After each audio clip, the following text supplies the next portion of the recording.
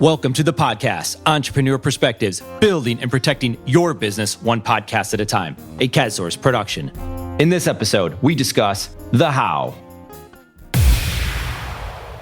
This episode is brought to you by the CADSource brand Podcast. Podcast is your podcast production team. You know how many business leaders need help communicating their story through audio? That's what we do. Podcast strategy, creation, and distribution for business leaders. This provides opportunities, relationships, and a platform for you and your business. Why do we do this? Because at Podcast, we exist to help you create and share amazing content through podcasts. Learn more by visiting podcast.com.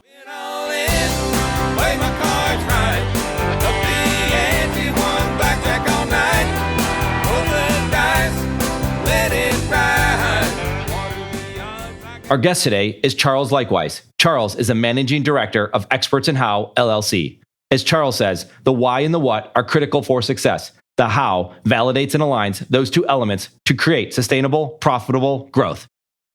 Charles, we hear a lot about why. Think Simon Sinek. We hear a lot about what, like what do you do? But the how we don't seem to hear about as much. How did you become fascinated with the how? It's interesting. Simon Sinek's golden target, if you will, has how, what, and why, which are the three critical questions for business. I focus on the how because I think it's the most important that aligns and validates what and why.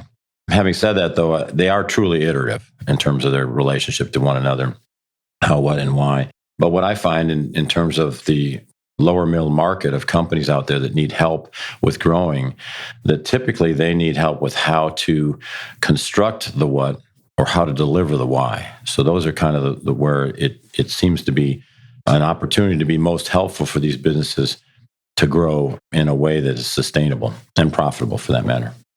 Well, that makes sense. But the how is, I guess when I'm having conversations with people, and I kind of go back to my original thought, is that's what's the what and the why are talked about. The why and the what is what's talked about. Why do you think, though, that we don't get into the how to do something, how we, work through these different processes, which, we're going to dive deeper into that. Is it because it's just, more glamorous to talk about the why and it's more, we're talking passion now, we're talking about digging deep into your soul, like what you really want to do? Like, why is that? Why is the how not as talked about? Well, I think you hit one of the nails on the head. Why is an emotional connection. It's the emotional connection that you want to have with your customers, whether it's B2B or B2C. So I think people are constantly looking for something to create passion and invoke a response to connect with their customers. The thing is, connecting with your customers includes all the way through to delivery. And I think, honestly, what happens is people don't know that much about how. So when you don't know much about something, you typically don't address it as much as you need to. That's right. And what I like about it is, you've been in this business. You've been in the business for a long time, but this specific company that you're running now, it's been a shorter amount of time, but you saw an open market. You saw everybody talking about the why and the what, and mostly the why, obviously.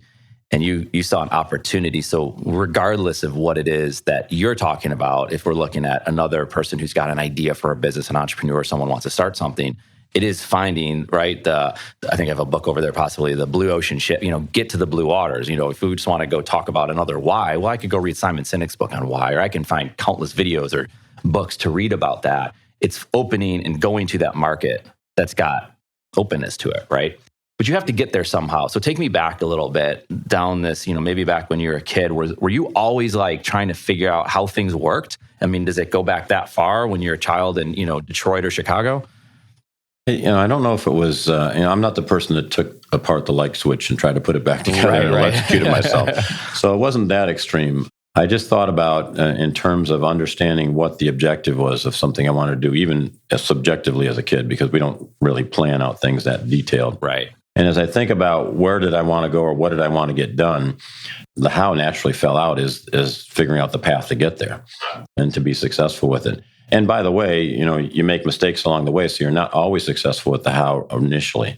And when you determine the why, it kind of sits there statically. And even in terms of the what being the strategy, it should be relatively static. How can change all the time. And it's more of a challenge in terms of the dynamics of what's affecting you or what you're affecting to actually get to the goal. Did you have influences that, was it books or people or teachers along the way that your curiosity was heightened as a result of reading or being around these people? I think there have been some teachers. In my case, I happen to have had parochial school upbringing. So when people talked about getting things done, they talked about it in terms of a structure more than maybe not that kind of training. My dad as well, he was a doer, if you will, and a teacher. So a different combination of people. And so I think I learned more from him and watching him and how he tried to go about getting things done. And teacher, like teacher in school? He was, yeah, he actually had a doctorate degree in languages. So he taught Latin and Greek, and then he taught math, most of which was Greek to me. But the reality is he was a teacher and somewhat creative, but he had a structured approach given the discipline of those backgrounds. So, and when you think about languages and how it's built and its structure and how it informs, especially those two languages, right? So, exactly. So you're going back to what other languages or other words come from. Exactly. So you're getting into, okay, well, this is how it started, and we're going to go through this process of how did this word come to be? And we're like, oh, it's Latin. And interesting that connectivity on going from the root to getting something done is really what probably is the seed that put me on this path. It has to be. Yeah. See, we love that stuff. There's always some way, my mom's an artist, and I can't paint a picture. No, I could, but it's not going to be any good. There's certain things that I can't do and creatively, but I feel like there's other ways we can create. We look at ourselves as entrepreneurial artists. So I can take a blank piece of paper and we can come up with a strategy, an idea, and put design and graphic design and do a podcast and write a blog post. And I think that's creating. But so you go back in time, you're like, well, my grandmother was an artist. So it's like the seeds, like you're saying with your father, were planted, and you don't necessarily like realize it right then and there. But when you think back, you're like, yeah, you know what? There's connections there. And I think any founder, entrepreneur, visionary that we run into has these little things along the way that get them to where they are today. And it's a lot of fun to see it. And it's a lot of fun to work with people who have that because they have that passion. They have that depth to them. And I think you hit the nail on the head. When I think of entrepreneurial spirit, it does start with a passion for whatever that may be. And in my case, what gets me up in the morning is helping people and wanting to help people. And again, getting back to what, why, and how, the how area is the most unserved part of it that actually helps people be successful. So to me, that's where my passion kind of flows. We see it because we see a lot of, when you have we have a marketing business and we create a lot, you can bring in a lot of people that are passionate about those things, right? And that's great. So I think, like you said, you have to have that.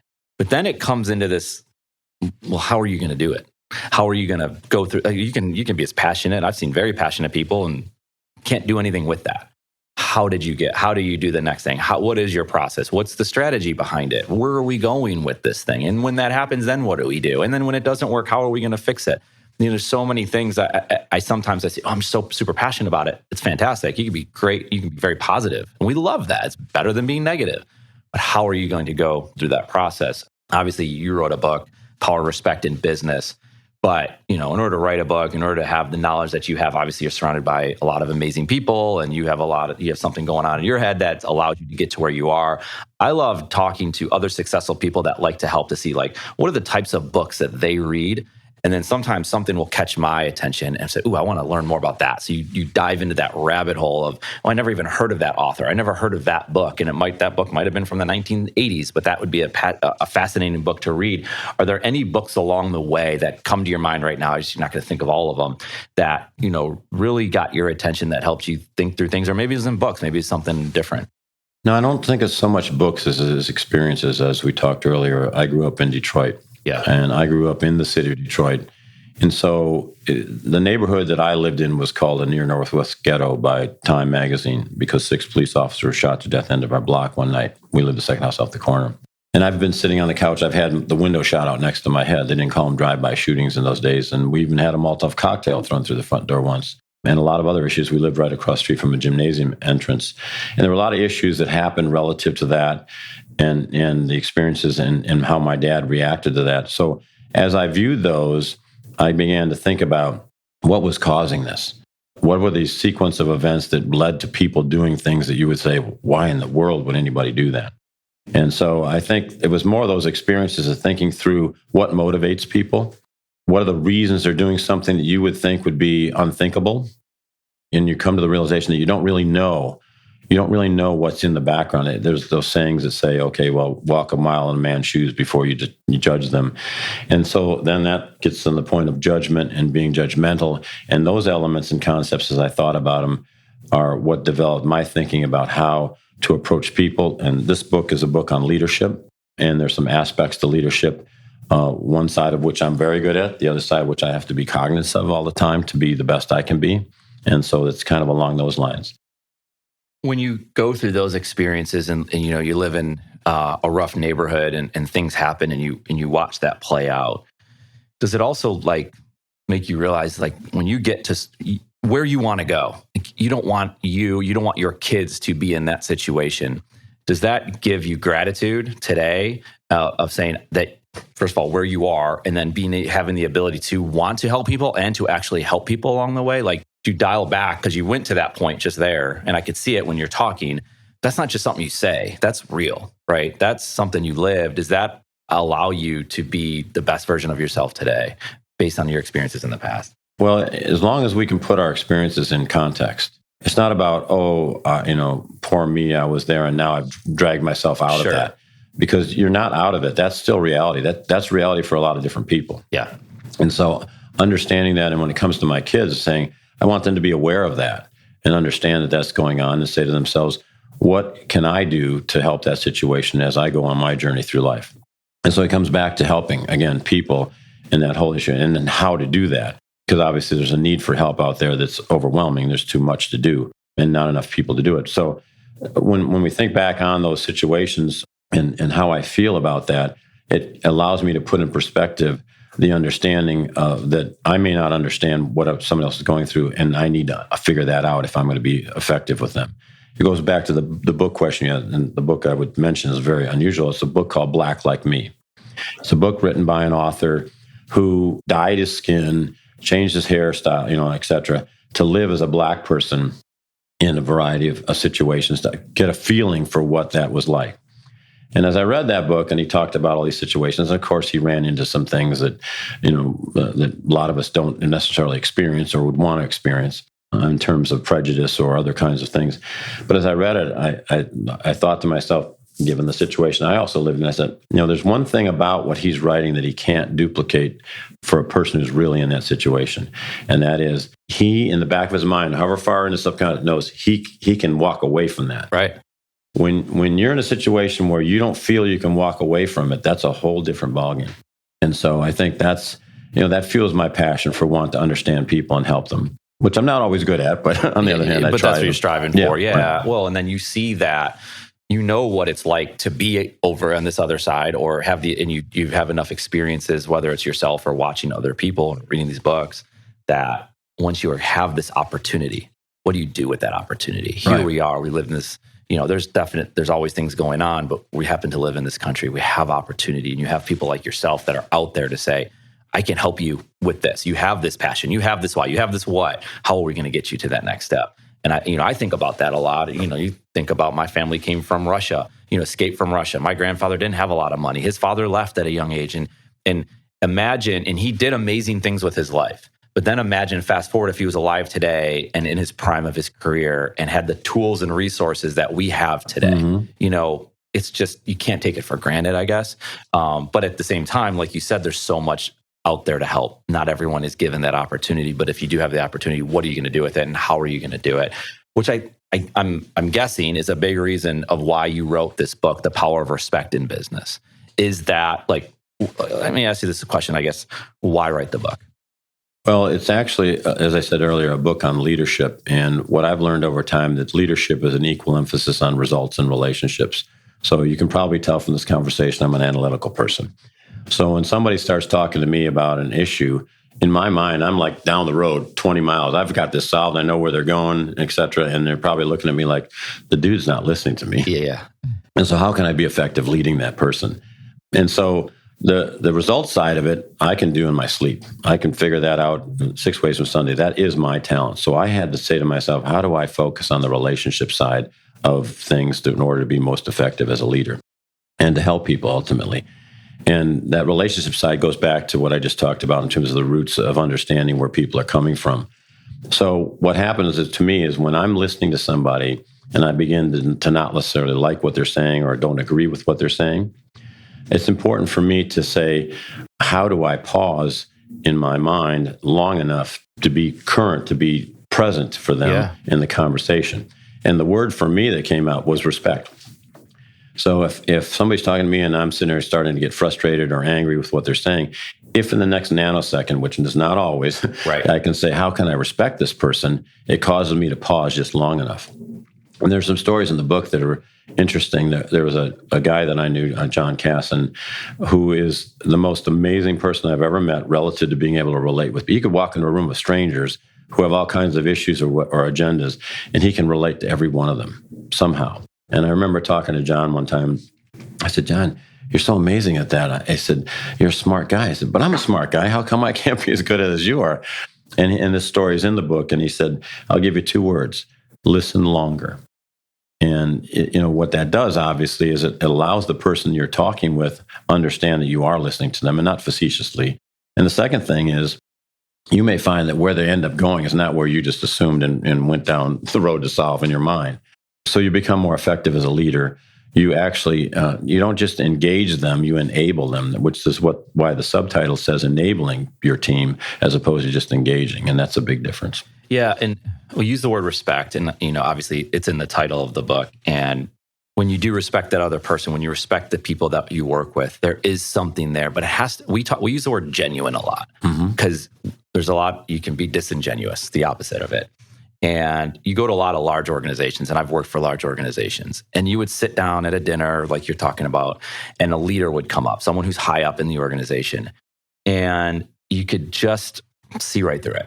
It's nothing there's things that bother me more. That's a big bother to me. And it's an annoyance. And it's like, this isn't a real conversation. You're just kind of like checking the box that you've talked to all these different people. Right. And I don't care what level you're at. You could be brand new at the company. You could be a successful salesperson or a high executive or whatever, a middle manager, doesn't matter. Those people exist in large companies. And I think sometimes I have an issue with the word respect, not when the way you use it, but the way people think that they can use that word. They can just toss around these important words and it solves all their problems.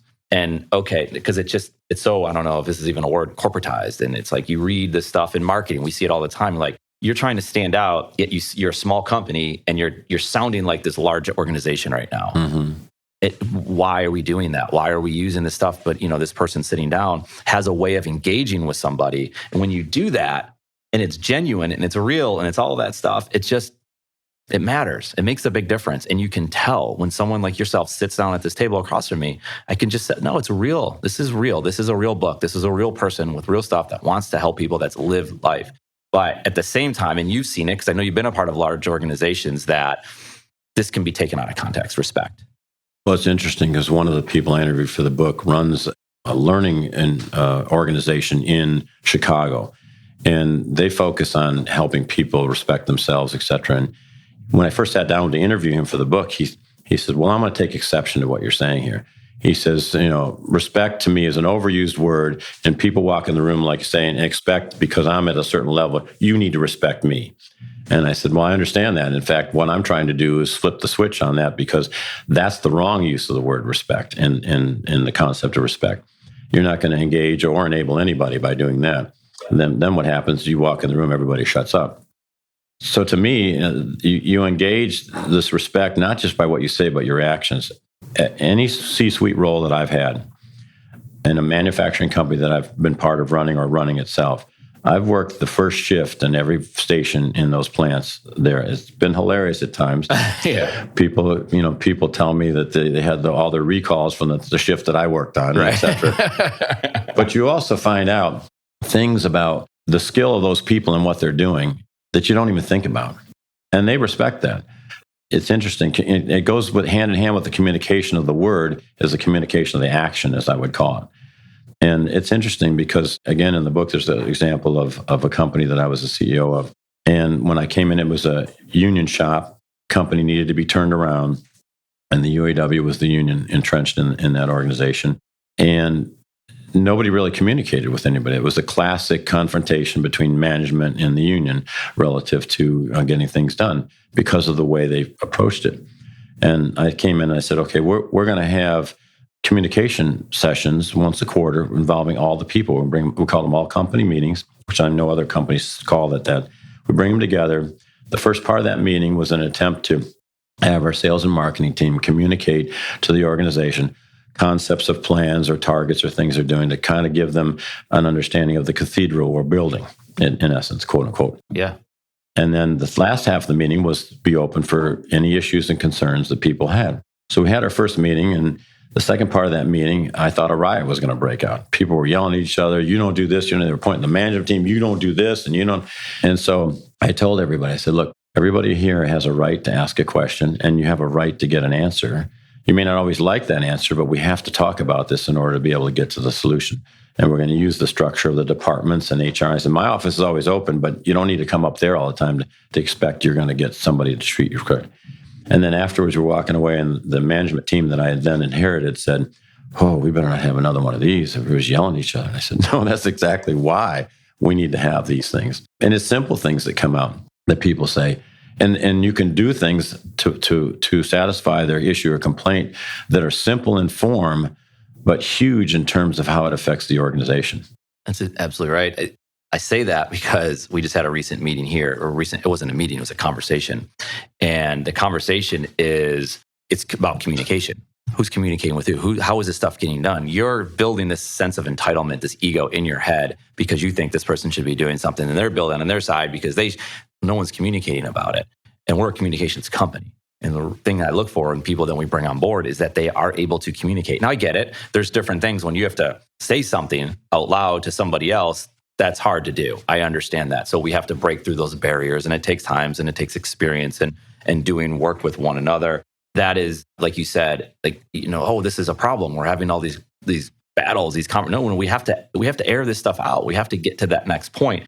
You also use the word, you've used it a couple of times now, engaging and enabling. And we see that, this day and age, social media, let's say. People are on social media and they're just talking from a mountaintop. There's no engaging going. There is engaging going on. There's this belief that you can just talk and that's engaging people. It's not engaging people. Engaging somebody is enabling them to have a conversation with you, a back and forth. What's their opinion? What's my opinion? Let's have a conversation. Let's talk, and let's take that offline and go somewhere else and have a cup of coffee or have a beer, whatever that might be. And so you're using these words. And again, all of these words can be buzzwords, but if done with genuine behavior, they're very important words. Well, that's the distinction between the what. The words are the what, right? The how. And in fact, the next book that I intend to write is called How Matters. Because a lot of times people can even agree on the what, but how matters. Yeah. And I think that's also missing in terms of what people need to keep in mind in terms of the next step in growing your organization or yourself or whatever, the relationships essentially that you have. It does. Well, that's a big reason why I love podcasts, this type of podcast, this format. We can do surface stuff. Like I can have you in here, we can talk 10 minutes and hit the high points, and that's important. That's fine. I like getting into the depth of it. I don't think in a normal conversation, if we didn't have that much time together, I don't learn about your background in Detroit and how you got to where you are today. Not necessarily all the things along the way, but there's these little stories, these little snippets along the way that help paint that picture. And I think a communication and engaging and enabling you to have a microphone in front of you to talk, to share your story, I think is super important because it gets into that how. And then you dive into the book, right? So you get to the power, respect, and business. And you had a story in there that talked about riding your bike with your mouth open. Don't ride your bike with your mouth open. Don't ride your bike with your mouth open.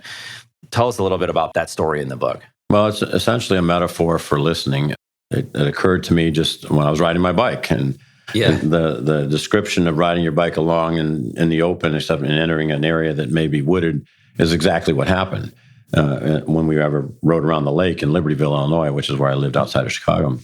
And so whenever we went into that area, it was darker and there was bugs flying around, and you got to thinking about the fact that, sometimes I want to get in your eye or whatever, but the whole issue of I would automatically try to close my mouth walking and it occurred to me that that's a metaphor for listening as well.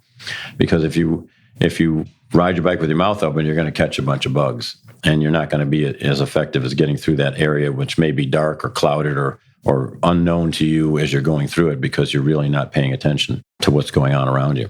So are you using, you go in, I guess let's talk a little bit about when you help other businesses out. I mean, this is the book. I might be interested, someone might be interested, they come in, you come in there and use these types of stories to help them out. What type of companies are you working with, or what type of leaders are you working with?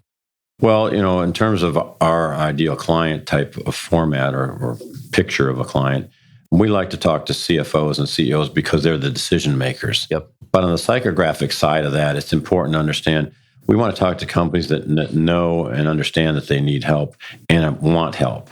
Yeah, because if they don't, I'm wasting my time. And I'm wasting their time, quite frankly. Yep. And not only that, if they don't believe they need help, if they do need help but don't believe it, then nothing's going to be effective in terms of these examples in the book of how, because they can't get to the how in that regard. And how are you reaching? So there's different ways. Obviously, you have a long track record of success in working with, C-suite as a C-suite executive in different companies. You've made relationships along the way.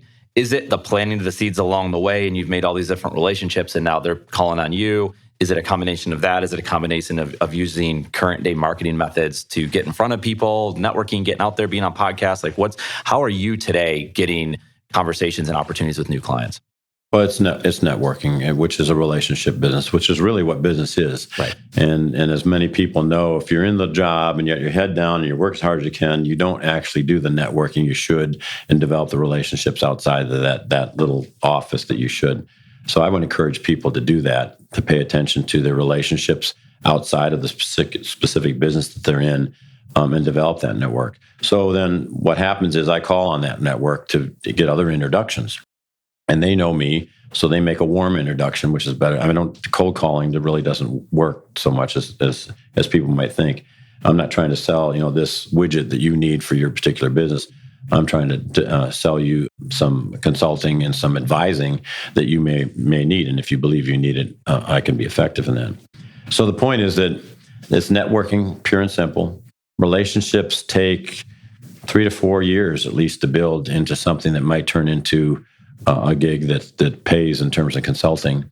But that's not the point. The point is that relationship along the way. The more people that know me, know where I came from and why I do what I do, can also be the ones that can help understand how can I help somebody else, either them or someone else. Are you amazed with the changing in the landscape of networking? Because I agree that it's all about networking and making relationships with different people. The tools and the resources and the things, those have changed and they will change again, right? So somebody, it's social media. Well, it might be, that's just a tool. Some people say, I need to be on Facebook or I need to be on Instagram. And that's all great. Don't get lost in the fact that those are just the tools that exist right now. While we're talking, Instagram might be going out of business. I have no idea. Nobody knows. It's a tool. And if it's working, take advantage of it. So at the same time, you've been in business. You've seen different things. Are you amazed with the changing in the landscape in networking, marketing, all that? Or do you see that it's just this common thread and just, there's some tools along the way in different ways? I remember my grandfather used to talk about when he joined a country club, he's from in Niagara Falls, New York, to get to the city of Buffalo to go to the country club he wanted to get to. The highway wasn't built. So it took all this time to get there. But he realized in order to be in front of these people and have conversations, he needed to join and be there. Mm-hmm. Now today, it wouldn't take him that long. But that was the tool. So then you wait 20 years, the highway's built, it's much faster to get there. So that's a tool, that's a resource, that's a way to get to somewhere. But now you come today and it's like, wow, you can be on LinkedIn and you can be messaging with C-suite executives all day long if you know how to do it, if you know how to engage them, not say, hey, I'm here to sell you a widget, right?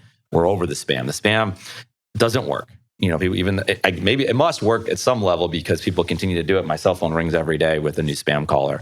But anyway, just talking about a little bit about marketing today versus the past. Well, I think, certain things have changed. The speed at which information flows and data can flow is incredible. I think you hit the nail on the head when you say you call it tools. Then that's just what they are. They're tools. They're tools as much for exposure as it is as tools for selling.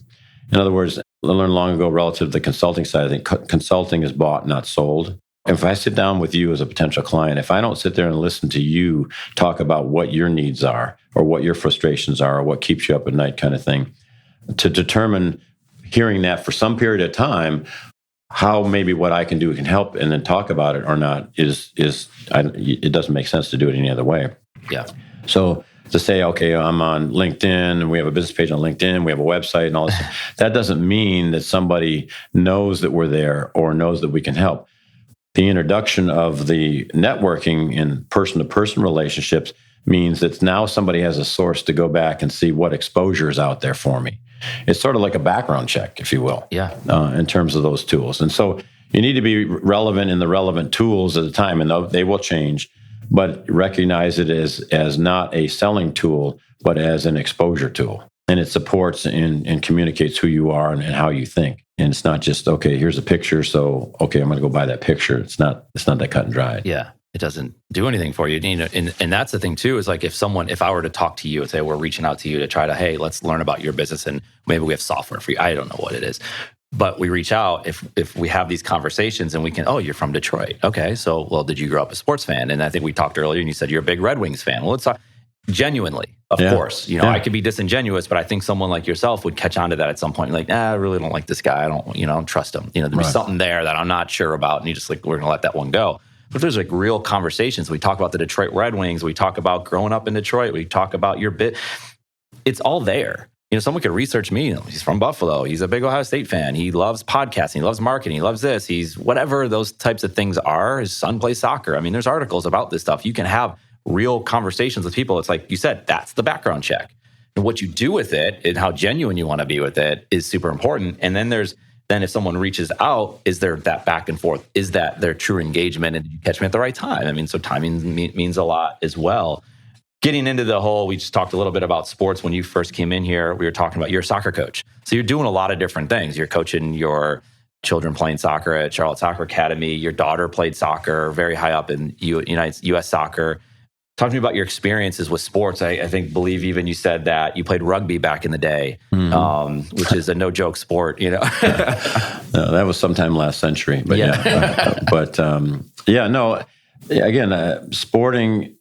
doing sports allows people to experience hard work and teamwork and what that means. Experiencing what it means to lose and lose together and win together kind of things. Those are life experiences. And that's really what's going to happen to them as they go through life. People sometimes try to go through life as individuals, but you can't. I mean, you're not going to be as successful or as happy if you go through life as an individual versus recognizing you're part of the team of the human race. And so it's important that I think those concepts get communicated. The next thing is the relativity of those situations and experiences, helping people in their relationships between the kid and the parents relative to these sporting events. Because again, everybody hears about the contracts that are broadcast on TV and they think, well, that's where my kid is going. And the reality is that's not the case. That doesn't mean it's bad. It just means it's not the case. And therefore, we have to understand other aspects of the relationship between the child and the parent. Parents should be advocates for their children. I've never had a problem with that. They're going to yell out to their kids and all that sort of thing. But again, that has to be an advocacy versus trying to correct them on doing something wrong. What I tell parents when I first take over a soccer team, I said, we're not going to be using any criticism of people. So if somebody's dribbling, we're not going to say, why did you do that? Or that's wrong. Because what's going to happen the next time that person's out on the field engaged with another player and they're starting to go into the same situation, what's going to happen? If I always told them that's wrong, they're going to start thinking, whoa, I got to think of what's wrong here. Or they may, in worst case, turn around and look at me for direction, and they're not going to be successful at what they're doing. And so it's important to say, okay, that's important. If somebody does something well, talk about the thing that was done well by the person that did it well. Yeah. To encourage them to do something better. If they make a bad pass, we say, let's make a better pass, as opposed to that pass was terrible. Right. And things like that.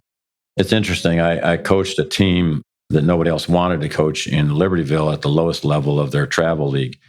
And so Libertyville had a lot of different higher level teams. So this was actually, if you think of A, B, C, this was the D team. Okay. There's enough kids to play. And everybody said, well, we don't have any more room on these other teams. And I said, well, I'll coach these kids. And we played against other teams in other cities there. So Elk Grove Village was another city, very much smaller than Libertyville, had essentially only one team, didn't want to travel all around the region, so they played at the lower level with this team. But their kids, on average, was the best of their town.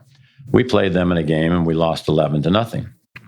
All the parents were all upset. One of the assistant coaches came over to them and started berating the kids. And I wanted to throw him in a trash can, but I told him to leave. And I said, one of the kids, I said, how do you feel? And he said, well, we feel bad. I said, well, why do you feel bad? Well, because we lost so badly. And I said, well, did you see things out there that you want to try to do? Did you learn something from what the other team was doing? You say, I want to be able to do that. And they said, yeah. So we began to construct the lesson, if you will, on how do we get better and what does that mean? Not that we're bad people, because their team should be playing in the B or A division for that matter. We played them again at the end of the year and lost 3-0. That is progress. And by the way, the parents were all upset at that 11-0 game. And I talked to them on the side and I said, look, and these, by the way, were 8-year-old kids. And I said, look, when somebody's 8 or 9 years old, you can't tell me how they're going to play soccer when they're 16 or 15, when it might make a difference if that's the big deal for them. So I said, they're going to develop. And like I say, when you progress to losing 3-0 to the same team, we've made progress. And so those are the kinds of things that I think people should get out of the sports and need to get out of the sports. It depends on the coaches. It depends on the parent group, because obviously there's always somebody. On Carly's team that played at the national level, that parent group was fabulous. There was no, egos on the parent side relative to the kids. And so we just had a hell of a great time. Yeah, we were winning. Does that make us happy? Certainly. But on the other hand, it was more of a relationship than it was a competition. And I think that's important. Well, you see it in any level of sport, right? You see these different teams that have these organizations where it's from the coach, it's to the players, it's to the parents, it's to the organization, it's just to anyone that's showing up watching these. I've seen it with my son playing sports, and I've seen teams where, like, if someone makes a mistake, goodness, don't make a mistake, because they're calling you out, from the coach to the players to the parents, and everyone's talking. You're like, holy cow, these are like kids, from different ages, from 9 to 15 years old. And you're like, what is going on out here? And then you go to another one. If someone makes a mistake, they're like, don't worry about it. That was my fault. I should have done this. You're good. Like, and it's interesting, but you see it start the leadership at the top. And I saw that at the end of the game where the coach made everybody on their own team. This is a common thing they did every single game. They shook their hands, each other. Good job. Go congratulate them. Go say something nice about somebody else on the team. It's not all like, rainbows and all that kind of stuff. But at the same time, it's important to have that culture on that team. And, we can sit here and talk about the how and in the book and all these things, but I think you mentioned it before. It's a book about leadership. You're about leadership. And there's so many different things that go on there. It's about communicating. It's about enabling and engaging. And, and that ties itself back into playing sports. You've seen it at different levels, whether it's the 8-year-old team or your daughter playing on a super high level U.S. soccer team, or in business, right? And you can be in business for 30 years and doing this stuff. And so one other thing I want to touch on, because you've talked with Shane Snively, he's my business partner here, and we call him the strategy addict. You come in here and I read your profile, read the book, look at different things, and I see the word strategy come out a lot. And strategy's fun. You see strategy in sports, right? Like, how are we going to go after this? How are we going to attack this team? How are we going to do these different things? Or what's our overall strategy for the team? He gets on the whiteboard and it's like the beautiful mind. The strategy comes out and it's a lot of fun. And what is it about strategy? Like, that word, again, buzzword, but a super important word. Like, what is it about strategy that just gets someone like you and even me or Shane to another degree, like, just so excited? And why are some people able to just see and get to strategy? And some people, like, aren't the strategic leaders. They're something else, which is okay. Right. I don't necessarily know how people end up being strategic versus not strategic. I mean, again, like I say, I'm analytic. Some other people are not analytical. So some of that comes from we can blame our parents for some of that stuff. Yeah. But I think the reason strategy is so important and such a big deal is it sets the direction. It's a direction. When you're leading an organization or a group of people, direction is important. Now, again, how that direction is put together is very important. And that's where it comes back to engaging your team and enabling your team to participate in that. So it's the what in the target strategy. It sets a direction, so it is extremely important. If you don't have a what, you obviously can't ultimately have a how. Right. But the fact of the matter is, it's something that gives people a sense of purpose of why they're headed in that direction. Not the emotional why that we talked about before, but why are we doing this down the road into this direction? And so it's important that be determined for an organization, so that people have a filter, if you will, to measure how what they do affects the ability for this organization to move in that direction. It's complicated a lot of times where you have the strategy. You as the business leader, you know what it is. Right. You've lived it. I mean, you've built this thing. You're up in the middle of the night. You're working on all this stuff. Like, you can talk about it, passionate, get excited, bang on the table, all that stuff. someone comes into the organization and they get it. They get it to a degree. And then they get working and then things get going. And it's like they get off kilter a little bit and they're really not seeing that strategy in front of them. What are the different ways to make sure the people on the team who don't live it as much as you do, it's not their baby, and that's okay. And they shouldn't have to. They don't have the same stake in it. How over time, do you think is the best way, and it might be not just one way, to get them to see the strategy, understand, is it just over communicating? Is it constant conversations, open door? Like what have you seen that works best? Well, I think you have to make the strategy relate to what they do or what you're expecting them to do.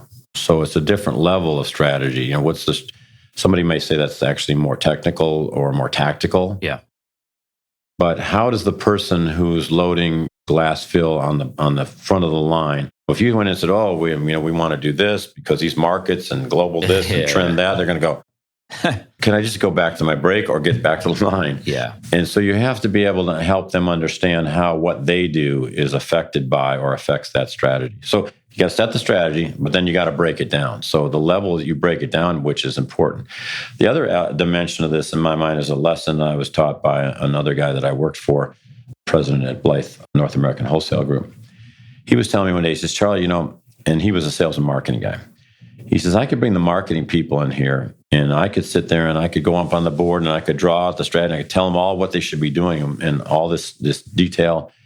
And he says, or I can have them in the room and ask them questions and try to talk through them with them for 3-4 hours. He says, Charlie, always take the 4 hours because that way, they're getting to understand what it is that they're putting together. They're getting to understand as best they can how what they do in their individual parts of that affect that. And then they also feel important, which they are. They feel enabled to be able to say, I can articulate what I do, I can articulate the strategy, and I know how to help execute it. Because they spent the time? Because they spent the time talking about and talking through the pros and cons of the ideas that built that strategy. Yeah. What about the thought that if you have a meeting, it's like, oh, wow, we're going to sit in here for all this time to think about that meeting. So it has to be an engaging conversation. It has to be. So if it's a lecture style, you're going to lose it. Yeah. If his ability to tell them everything they needed to know in 20 minutes was just expanded that to 4 hours, and he was still telling them everything they needed to know, that would be even worse than the 20 minute thing. Right. Some people will take to the 20. I just need to know what I need to do, and I'll go do it. Right. And so you do have to understand as a leader, what's the individual implications of leadership of respect and how do you execute that? Because it's not the same for everybody. Right. I mean, we're all humans, so we're all different. It's all different. And back to your point about, some people, the strategy's been set. Some people, why are they here for this job? Not in a great detail, but why are they here for this job? That job's a need for them to do something else. So they may say, well, I just want to run this punch press machine. I don't care about anything else. I don't want to know about anything else because I want to go home and do whatever it is that they want to do. Yeah. And so that person gets engaged and enabled on a different level. And you can't force that to be any different. There's going to be some people on fire about what to do. But what I always say about people on fire is to think about a flame. The moth is attracted to flame, but some people don't want to get burned by that flame either. So they don't want to be that close to it. Yeah. So you got to, again, understand the dynamic and dimension of that. Who is on fire in your organization, how to use them in the right way so they're not running over people. Yeah. And you got to get on the same side of the table, as people say, with the people you're trying to lead. And I'll go back to another example with the union and UAW. When I first came there as the CEO of that company, the leadership committee of the union wanted to meet with the CEO, which is not protocol in a union environment. And I said, well, you need to meet with manufacturing and HR, director of operations and HR, who reported to me first. But they kept asking. So I went to my director of operations and HR. I said, what do you guys think? And he said, well, go ahead and meet with them one time, see what happens. So I get in the conference room, and the three of them come in and sit down across from me. And they said, we have one question for you. And I said, what's that? They said, what do you think of unions? And I looked at them and I said, I don't. We're here. Our goal here is to create sustainable jobs in Rockford, Illinois. To do that, we have to be productive. To do that, we have to be profitable. And to do that, we have to be flexible. And I want to get flexibility on the table right away, because that is the issue. Once you have this going on in your organization, you got to break that by talking about flexibility. And I said, there was 200 people on the floor. And I looked out the window from the conference. I look out there and I said, I don't see union or non-union workers. I see people who need a job. And I looked at them in all honesty and I said, I don't know about you, but I need this job. And so now, if they were going to say, we don't need this job, then I know what to do about that. Right. That's a whole different, but that's not the case. Now we're in the same boat, essentially. And we're beginning to build the trust that goes with that. And let me just say one thing about trust real quickly, because I know that's a buzzword that's all over the place. The T in respect to me is trust. It's one of the components of respect. And respect is a broader term, the way I look at it anyway. And trust is extremely important. But in order, it's chicken or egg. Does trust come before respect or respect before trust? I happen to think respect is a leader into trust. It may work the other way for some people, but sure, that's how I look at them. Yeah. No, I mean, it's like we were talking about before. If you're going to have a conversation with somebody, it's that genuine behavior. And if there is, and I trust that you're being genuine right now, that comes out, right? I can feel it. Like, no. I can see you're trying to get one over on me right now. And you're immediately going to the sale, or I can sense it because I've been around long enough to know that this is where that's heading. And you mentioned too, as well, like getting to that flame, the moth to the flame, is some people do like to get close. Then there's people who want to stay away under the radar. There's nothing they both can work. The thing that doesn't work is in an organization when there's hiding. And I think for a while that was very easy to hide. And I think things are being built differently. It depends on the industry and the company that you're talking about. It's harder to hide. There's accountability is a big one, right? So we need to have accountability. But that hiding thing is something that scares a lot of people because I don't want to micromanage. I don't want to say, well, what'd you do today? And how'd you do it? And exactly that, but there's tools and processes, and this is the process that we have. And here's how you here's how you handle the process and all that. Because if not, there's hiding that goes on. But there's trust. So if I trust you to do the work, I don't have to ask if you were doing the work. I trust that you were doing the work, right? And I trust that you'll tell me when you need help doing the work. But then you also have to have communicated that you are willing and able to help them if they come to you for help. Right. It's the age-old thing. If I said, come on over here, come on around the corner, and as soon as you come around the corner, I punch you in the face. Right. The next time I ask you to come around the corner, are you going to come around the corner? No, never again. Yeah. Stay away from that guy. Yeah. So the punching in the face, people don't realize when we punch. We don't always realize when we punch somebody in the face, right? Quote unquote. And it's important to. And so we will make those mistakes, sure, regardless of how much we're trying to concentrate on. And then the question is, then what do you do about making a mistake? Well, I made a mistake, and here's what I'm going to do. It's a new day, and I start over again, and you try to do the best you can. Well, Charles, what's the best way? The Power of Respect in Business. I want to buy the book. Amazon's probably the best way. It's on Barnes & Noble. It's on a lot of other lesser-known websites, but I think Amazon would be the best way to go. Yeah, people love Amazon. So what's the best way to get a hold of you? The best way to get a hold of me would be if you could visit the site expertsinhow.com. My contact information is on there, or on LinkedIn as well as a profile.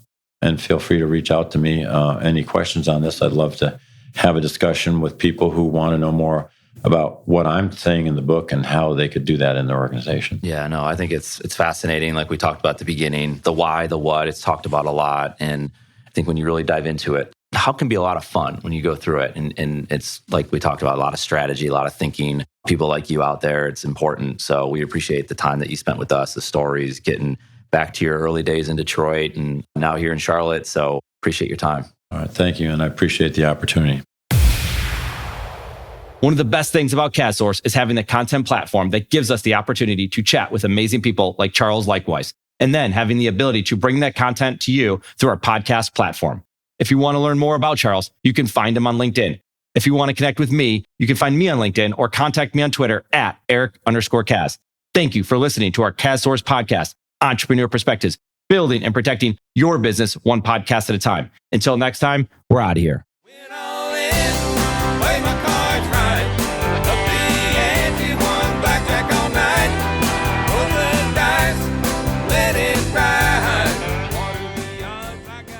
This episode is brought to you by the CADSource brand Podcast. Podcast is your podcast production team. You know how many business leaders need help communicating their story through audio? That's what we do. Podcast strategy, creation, and distribution for business leaders. This provides opportunities, relationships, and a platform for you and your business. Why do we do this? Because at Podcast, we exist to help you create and share amazing content through podcasts. Learn more by visiting podcast.com.